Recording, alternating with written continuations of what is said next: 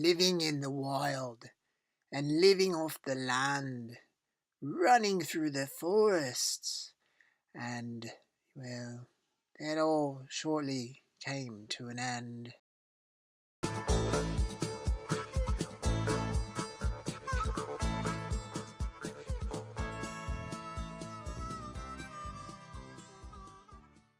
This is the home of 3 snails, as one can see.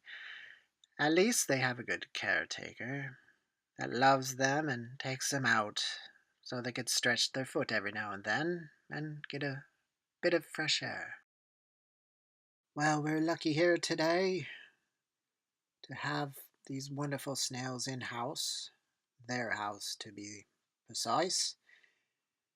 They're going to be interviewed today by a young man, and let's see what they got to say, if really anything at all. My name is Turbo. At least that's what I've been named by this boy. My real name is G-Pod. I'm a terrestrial pulmonate gastropod mollusk, or as you humans like to call us, a snail. A Roman snail to be exact. Why do you call us snails anyways? Well, snails are called snails because in 1912 a person named S. Ingerney found one. He recalled that it looked like a giant nail. He named the species nail. After a while, he got black lung disease and died. A person interested in the species, nail, looked into the doctor's diary. It said that he wished the species would be called something a little more interesting. So the person changed the name to snails. I guess not so interesting after all, is it there, Turbo? Well, you're right about that. Not very interesting at all. Well, adding an S in front of a nail. Well, go figure there. I don't know about that one, but alrighty then. Whatever you say. Moving on. So, Turbo, how old are you? I think I might be 3 years old.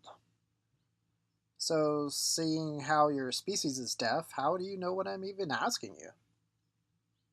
I'm a lip reader. We're all lip readers. Come from a long line of lip readers. My great great great great great grandparent was able to read lips up to 30 yards away. So my parent told me. Why are you referring to your parents as parent and grandparent?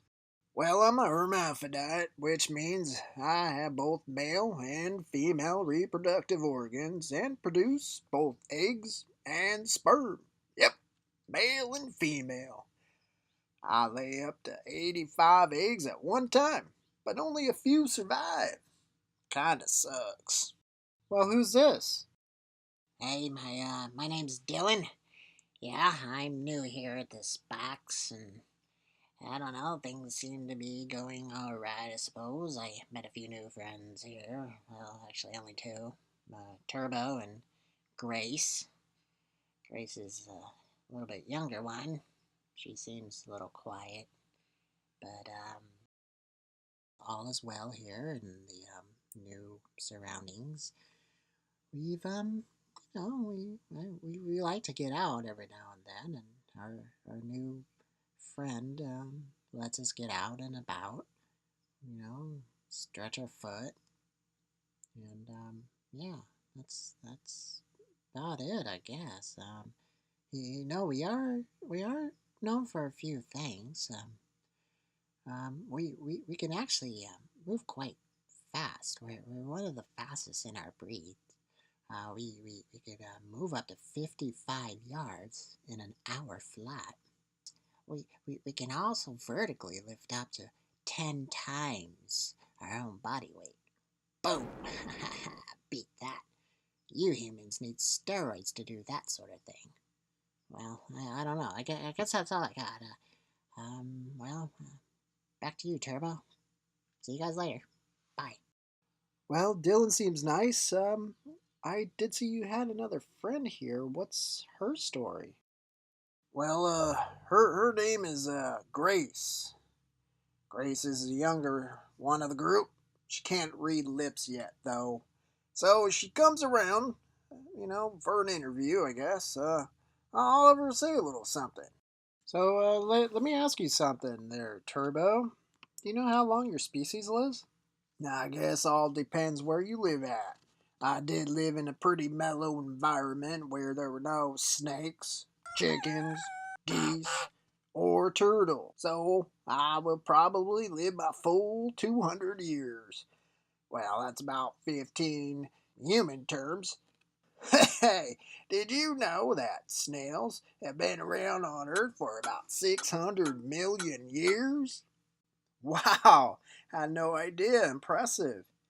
Can you explain why you snails leave a trail of slime everywhere you go? And how can you actually climb walls? Oh, yes. Sorry about that mess. But, we have mucus gland that produces a slime bed on which we move on, and it leaves behind a slime thread. Besides, all of our body's covered in slime. Our slime attracts water because its molecules swell with water. So, the slime protects us from drying out, as you can see.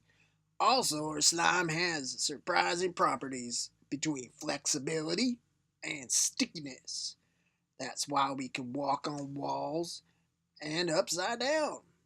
Also, many of us can foam when we encounter a predator such as ants, or if we touch something repulsive like humans. Just kidding. Besides, slime serves as a protective layer, keeping harmful substances from touching our body. Does that answer your question? A lot of information there, Turbo. I might have to edit a little. I don't see any food or anything. What do you guys even eat? Well, whatever's in season. I like carrot leaves, tomatoes, cucumbers, dandelions, eggshells. But I lose my appetite if I eat too much cucumber or anything else for that matter. I do like an occasional cut of fine piece of minced meat, though. I know that they used to have a cat around here, and late at night, when they used to leave out cat food to try to hustle her back into the house, I used to have myself a little minced meat. At least I think that was meat. I don't know. Well, thank you for your time, Turbo. And why do they call you Turbo, anyways? Well, I'm the fastest of our group, so the kid named me Turbo. I guess they made a cartoon about a snail that got superpowers, or for being sucked into a car's engine or something or rather. I don't know. Humans are weird. Don't you have anything else better to do to make cartoons about snails and whatnot? I don't know. Well then, anyhow, thanks for having me and my two friends here, and we'll see you around. Take care now.